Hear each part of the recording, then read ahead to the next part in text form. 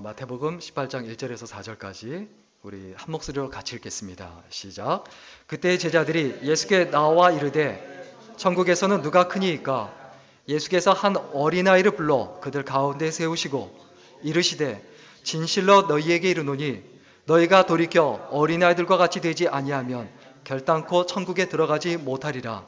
그러므로 누구든지 이 어린아이와 같이 자기를 낮추는 사람이 천국에서 큰 자니라. 아멘. 오늘은 큰 자가 되는 법이란 제목으로 함께 하나님의 말씀 나누겠습니다.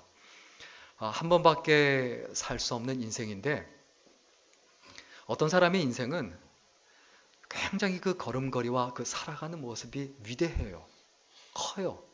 차로 치면 좀 그랜저 이상, 제너시스, 벤츠 이런 느낌이 나는 사람이 있어요. 그런데 어떤 사람은 아주 살아가는 모습이 자꾸 초라해요. 좀 추하고. 근데 이게 과연 가지고 있는 재산 때문에 그러냐? 그건 절대 그렇지 않습니다.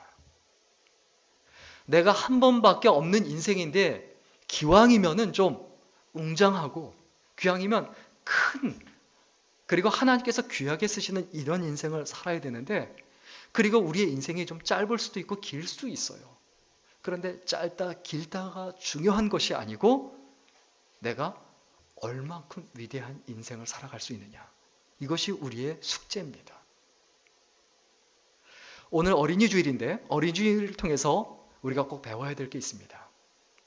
어린 아이들은 가르침의 대상일 뿐만이 아니라 우리가 배워야 할 대상이에요. 어린 아이들한테 무엇을 배워야 되느냐? 꼭 배워야 될 게 있어요. 유세프 나다르칸이라는 목사님이 있습니다. 이 유세프 목사님이 상당히 유명해요. 젊어서 세상을 떠났죠. 이 목사님이 원래 이슬람 신자인데 개종을 해서 목사가 됐어요. 그런데 이 사람이 잡혀서 이제 교수형에 처해지게 되는데, 참 마지막에 저 사진 보세요. 얼마나 평안합니까? 트위터로 좀 이 사람을 위해서 기도해달라고 뭐 난리가 났었어요.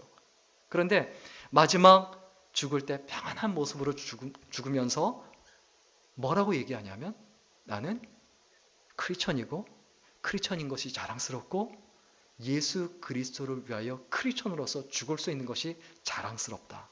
이 마지막 말을 남기고 세상을 떠났습니다.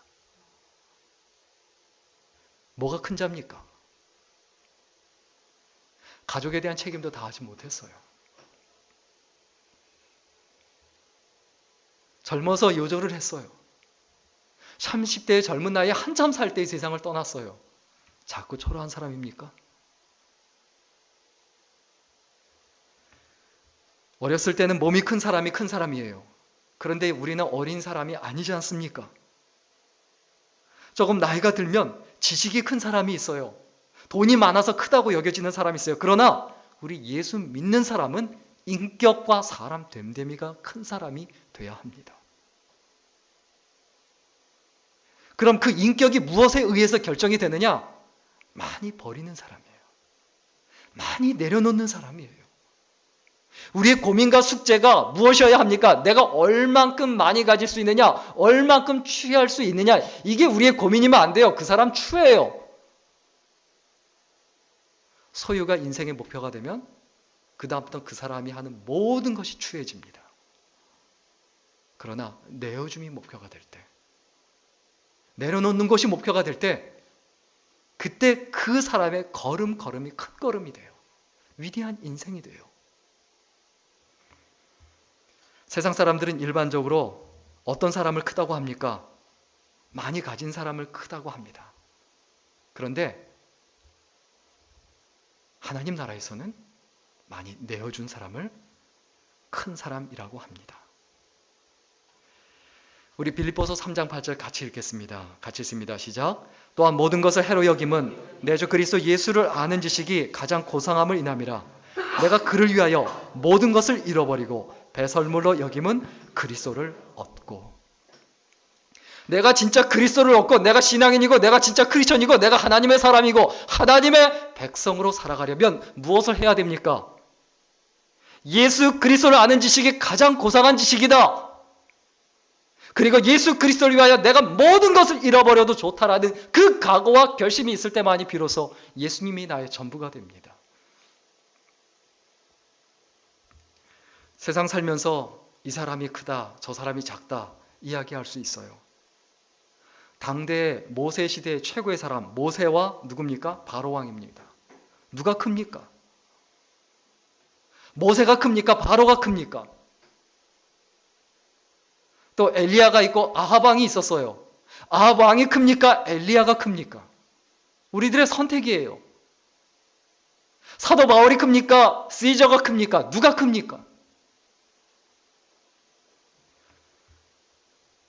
저는 개인적으로 테레사 수녀님 같은 분, 함석헌 선생님 같은 분, 한결같이 가난하게 살았어요. 그분들을 작다고 말하지 않습니다. 그 사람이 그분들이 많은 것을 가지고 많은 것을 누렸다. 그렇진 않아요. 그러나 그 족적, 그분들이 있었기에 이 세상은 살만한 세상이고 따뜻한 세상이다. 이런 평가가 나옵니다. 우리 교회가 어떤 교회가 되어야 합니까? 어느 청년 때문에, 아무개 집사님 때문에, 누구 때문에 그 교회는 갈만한 교회다.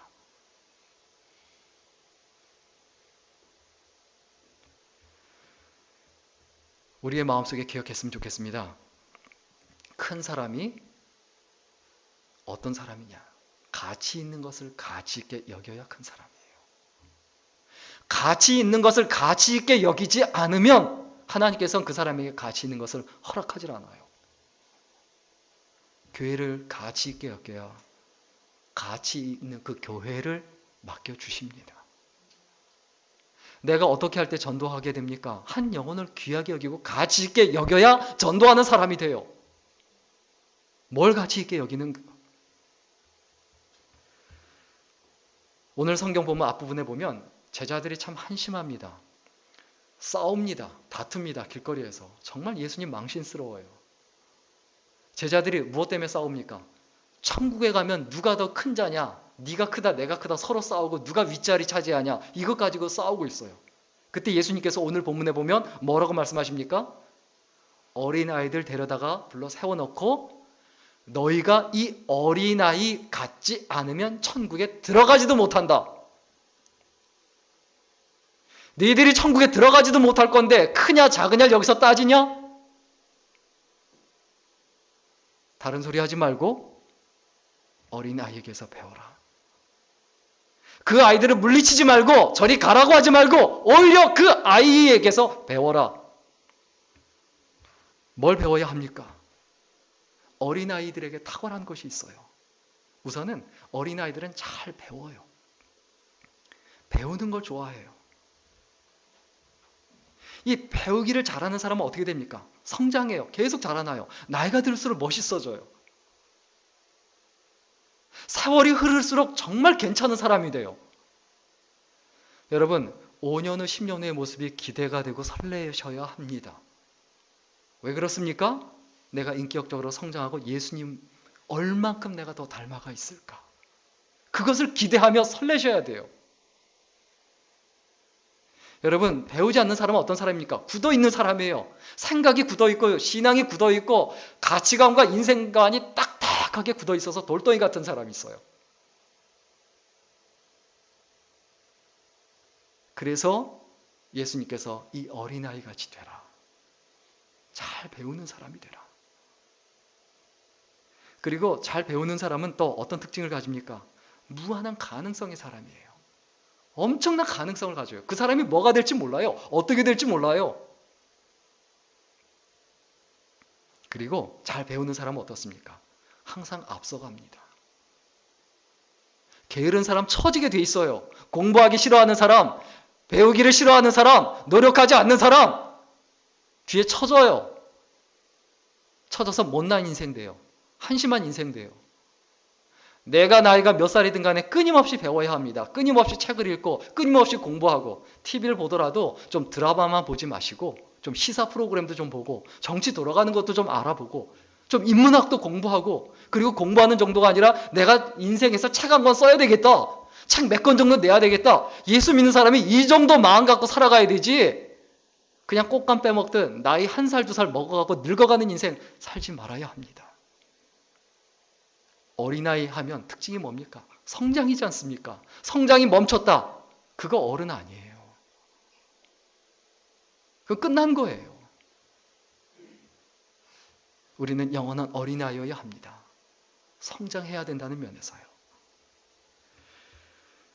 영국의 어느 교회에 집사들이 모여서 이야기를 합니다. 그래서 목사님들과 같이 이야기를 하는데 어떤 이야기를 하냐 하면 목사님, 교회가 너무 부흥이 안 됩니다.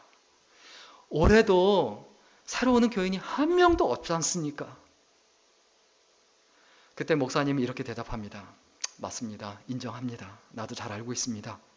참으로 전도가 안 된 그리고 새가족이 없는 최악의 해였습니다. 근데 한 사람이 오긴 왔습니다. 모펫이라는 어린아이입니다. 너무 어린아이라서 교인이라고 말씀드리기가 어렵지만 그래도 그 한 영혼을 위해서 우리가 감사하고 최선을 다해야 되지 않을까요? 그런데 세월이 흘러서 그 어린아이가 로버트 모펫이라는 남아프리카 선교회의 창시자가 됐습니다. 아프리카를 보고만, 아프리카를 위해서 53년 동안 헌신하고 75세에 돌아와서 다시 돌아올 때까지 일생을 헌신하고, 그리고 모펫이란 선교사, 모펫 선교사의 유명한 얘기가 뭐냐면 지금 이 사진 보면 이 사진이 누구냐 하면 그의 사위입니다. 사위 누구냐면 리빙스턴 선교사예요. 그 유명한. 우리가 무엇을 기억해야 합니까? 한 영혼이라고 해서 그냥 쉽게 우습게 생각하면 안 돼요.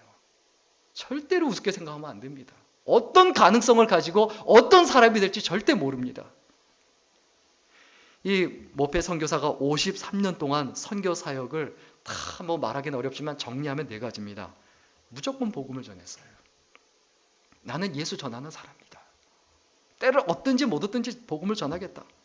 그리고 아프리카 지역, 미지의 세계요, 그것을 개척하겠다. 그리고 또 문화적으로 깨워줘야 되겠다. 일깨워줘야 되겠다. 그래서 성경을 끊임없이 개발을 하고 글을 만들고, 그리고 그들에게 농사법을 가르쳐주고 하나의 문화가 만들어지게 했어요. 여러분, 이 모펫 선교사의 전형적인 특징이 뭐였냐? 나이 들어서까지 끊임없이 연구하고 노력했다는 거예요. 어린아이에게서 무엇을 배워야 합니까? 배우는 능력, 습득하는 능력, 그리고 배우기를 좋아해서 반드시 성장해야 합니다. 그리고 어린아이들이 또 잘하는 게 있어요. 탁월한 게 있어요. 뭐냐 하면 쉽게 만족해요. 쉽게 만족한다는 이야기가 무엇을 의미합니까? 그냥 모든 문제는 엄마만 있으면 돼요. 다른 거 필요 없어요. 엄마만 있으면 돼요. 우리 예수 믿는 사람도 마찬가지입니다. 예수님만 있으시면 되잖아요. 근데 실제로 그렇습니까? 그런 크리스천이 얼마나 있겠습니까? 만족한다는 것은 무엇을 의미합니까? 감사한다는 것을 의미해요. 감사한다. UC 데이비스의 그 로버트 에먼스라는 교수님이 있습니다. 이분 하면 긍정 심리학의 대가예요. 그런데 이분이 쓴 땡스라는 책이 있습니다. 이 책이 어떻게 번역이 되냐면 마음을 여는 감사의 발견. 그런데 이 책에서 뭐라고 말하냐면 16년 동안 감사하는 습관을 가진 대학생과 그렇지 못한 학생의 뒤를 추적을 했어요. 16년 후에 보니까 연봉이 25,000달러가 차이가 나더래요. 연봉을 위해서가 아니에요. 감사하는 사람에게 나타나는 그 생활의 그 태도와 그 특징이 나타납니다. 일단 감사하는 사람은 사람이 민첩해요. 필요 없는 일에 신경 안 써요. 사실 감사하지 않으면 어떻습니까? 불평한다는 얘기예요. 그럼 쓸데없는 일에 매여서 사람이 일 처리 못하고 인생이 질질 끌려다녀요. 그런데 감사하는 사람은 정리가 금방 깔끔하게 돼요. 왜? 감사한 것만 찾으니까. 필요 없는 일에 신경 안 쓰는 인생이 된다는 거예요. 그리고 감사하는 사람의 그 책에 보면 두 번째 특징을 뭐라고 말하냐면 열정이 있다고 해요. 감사하니까 열정이 생기잖아요. 신나잖아요. 그러니까 모든 일이 재밌어요. 그리고 감사하는 사람은 결단력이 있더라. 삶이 모호하지 않아요. 갈래길에서 이럴까 저럴까 방황하지 않아요. 또 감사하는 사람은 집중력이 탁월합니다. 몰입할 때 제대로 몰입할 줄 알아요. 그리고 감사하는 사람은 에너지가 넘쳐납니다. 옆에 있으면 김 빠지는 분이 있고 옆에 있으면 신이 나는 분이 있어요. 이 메시지를 준비하면서 나는 어떤 종류의 사람이지 굉장히 고민되더라고요.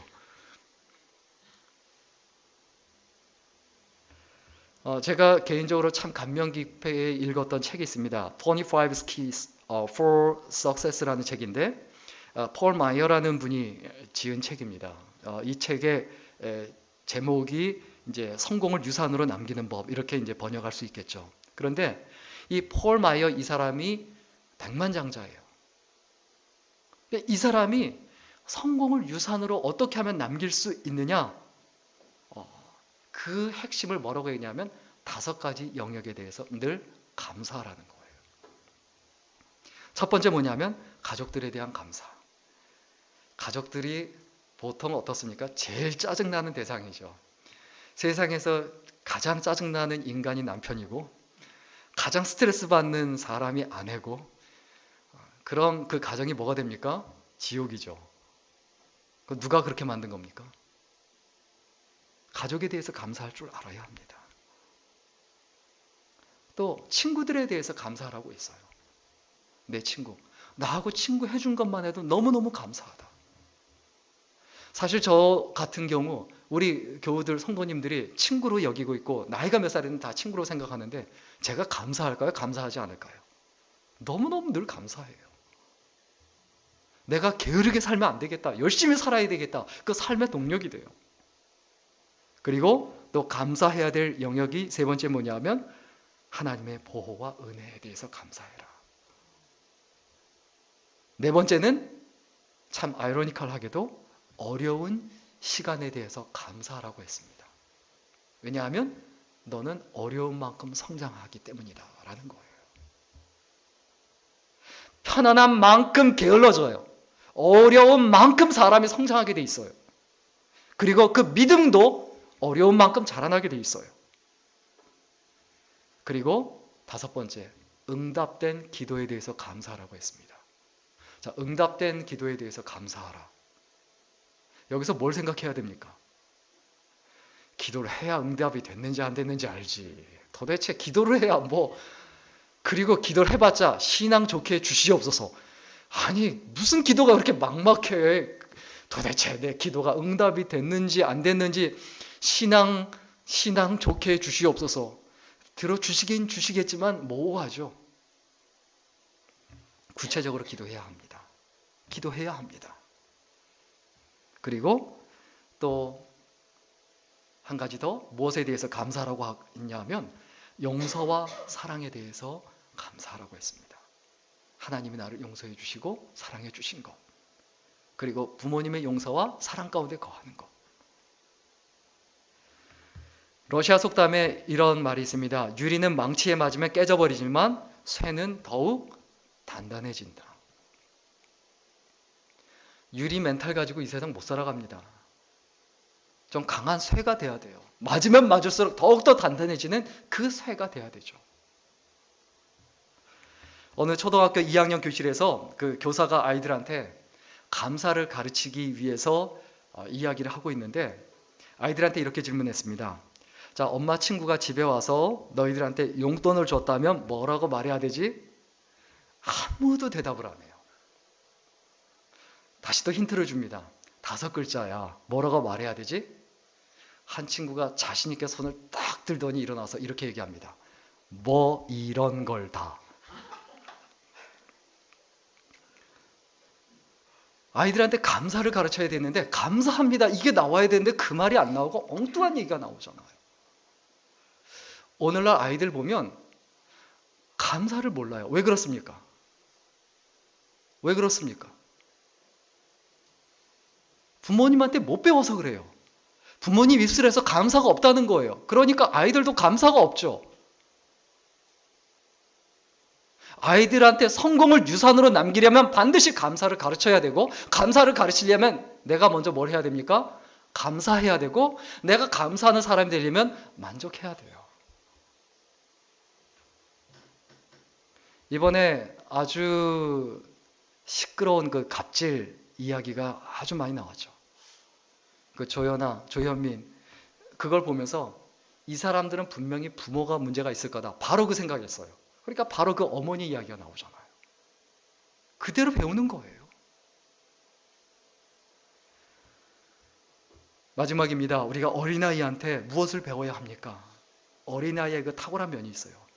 신뢰하고 믿어요. 엄마를 철저히 믿고 신뢰해요. 제가 그 중고등학교 시절에 전도사님이 결혼을 했습니다. 그래서 그 전사님 애를 제가 좀 많이 봐줬거든요. 지금은 커서 목사님이 됐습니다. 참 세월이 이렇게 빨라지고 지금은 맘먹죠.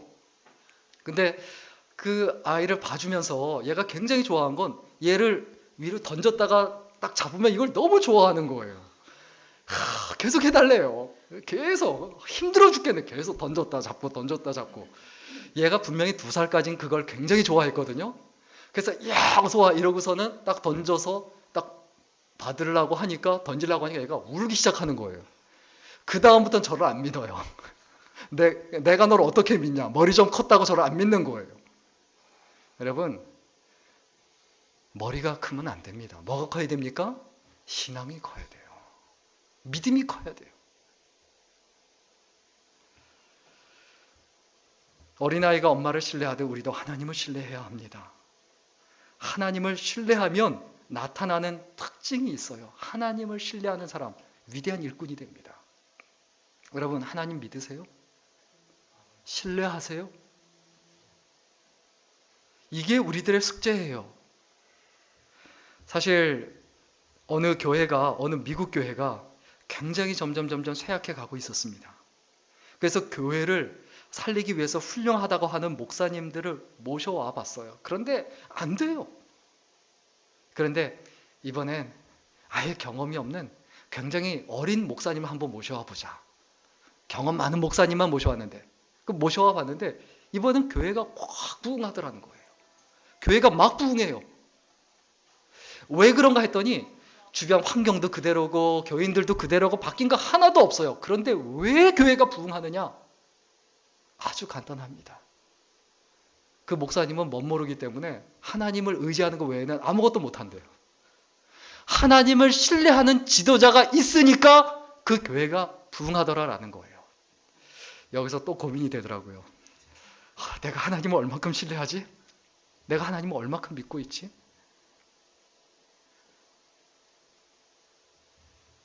여러분, 하나님을 신뢰하는 사람은 위대한 일꾼이 됩니다.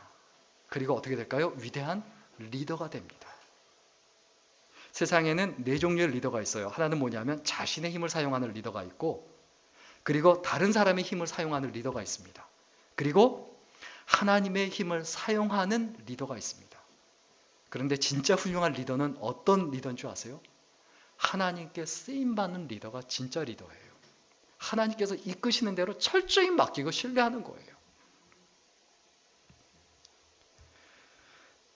마지막 한 가지 이야기만 하고 마칠까 합니다. 그 잔센이라는 그 배가 있었습니다. 미국과 뉴질랜드 사이를 왕복하는 배인데 어느 날 폭풍을 만나서 100일 동안이나 바다 위에서漂流를 하게 됐어요. 다른 배로부터 이렇게 구원을 받을 만한, 구출을 받을 만한 이런 징조도 안 보이고 정말 막막합니다. 배는 계속 흔들리고 먹을 거는 없고. 그래서 모두가 그냥 찌들어 있고 모두가 다 힘들어 하는데 거기에 6개월밖에 안 된 갓난아이가 있었어요. 근데 얘는 쳐다보면, 사람들이 다 쳐다보면 그냥 다 생글생글 웃어요. 다른 사람 다 힘든데. 그래서 한 번씩 선원들이 그 아이 와서 보고 힘을 얻고, 그 아이 보고 힘을 얻고, 그 아이 와서 보고 힘을 얻고, 계속 그게 반복이 되는 거예요. 선원들이 전부 한결같이 무슨 말을 하냐? 어떤 공경이 있어도 이 배 안에 있는 저 아이만은 살려야 된다. 저 아이를 위해서라도 우리가 기운을 내자. 이런 분위기가 흘렀어요. 그리고 마침내 샌프란시스코로 이 배가 돌아왔을 때 모든 사람이 한결같이 하는 말이 뭐였냐면 이 배의 실제 선장인 내가 아니라 이 갓난아이였습니다. 이렇게 고백한다는 거예요.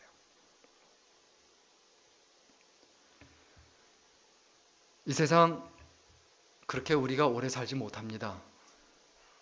한 번밖에 살지 못합니다.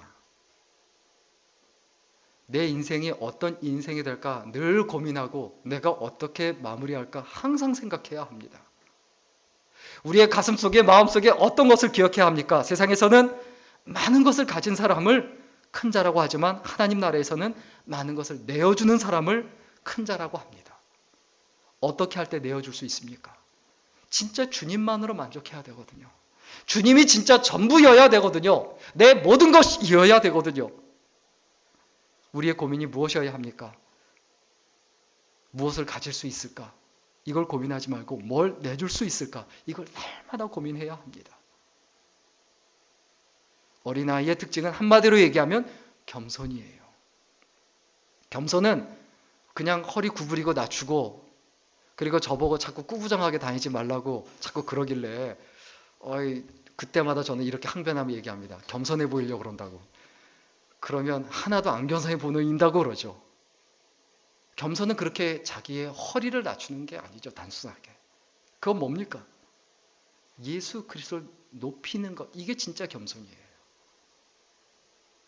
내가 예수 그리스도를 높일 수 있느냐 없느냐 이것이 내 인생의 가장 중요한 숙제예요.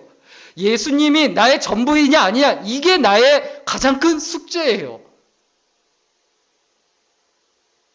여러분 예수님이 나의 전부가 되고 그래서 나의 모든 것을 철저히 다 내어드릴 수 있는 것.